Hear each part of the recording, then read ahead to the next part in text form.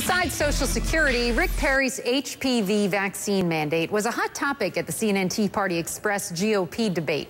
Michelle Bachmann tore off the gloves, going after the Texas governor for forcing young girls to get vaccinated and calling into question his relationship with the drug manufacturer Merck. Our own Ed Lavandera has a closer look at Perry and Merck. The HPV controversy has hovered over Rick Perry for more than 4 years. But it wasn't until the CNN Tea Party debate that Perry's opponents really dug into the Texas governor. To have innocent little 12-year-old girls be forced to have a government injection through an executive order is just flat out wrong.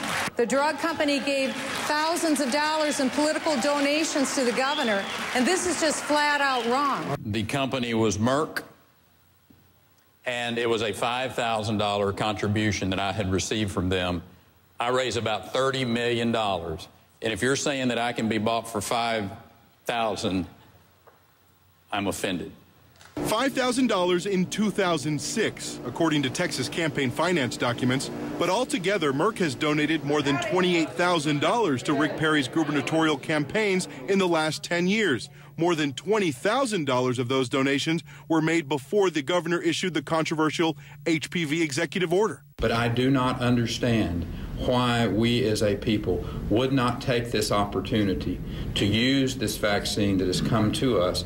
That was Rick Perry back in 2007 trying to muster support for the HPV vaccine mandate. But he was heavily criticized when it emerged that his former chief of staff, Mike Toomey, had worked as a lobbyist for Merck and other companies before and after working for Perry. Dallas Tea Party activist Katrina Pearson attended the debate and says most people in the hall weren't happy with Perry's answers on this issue.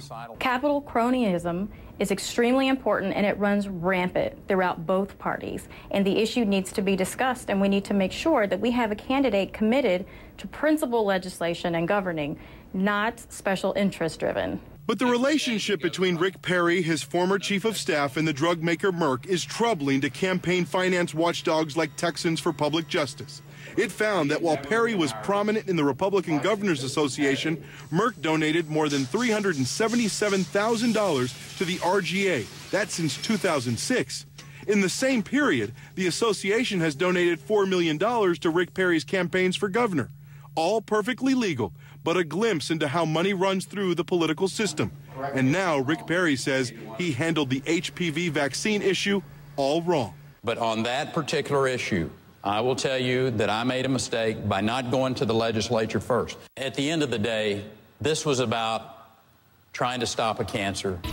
Ed Lavandera joins us now. So, Ed, do you think that Perry's relationship with Merck might hurt the campaign or no?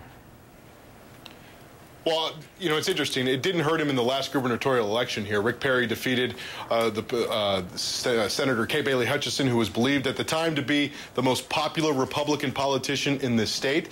And Perry defeated her soundly in the primary and then went on to win the general election as well. But Perry's folks have said for more than 4 years that relationship between Perry and his former chief of staff and him going on to work for Merck had no bearing on his decision. They say everything was above board and have long denied that. Hasn't affected him in this campaign or in the last election here in Texas.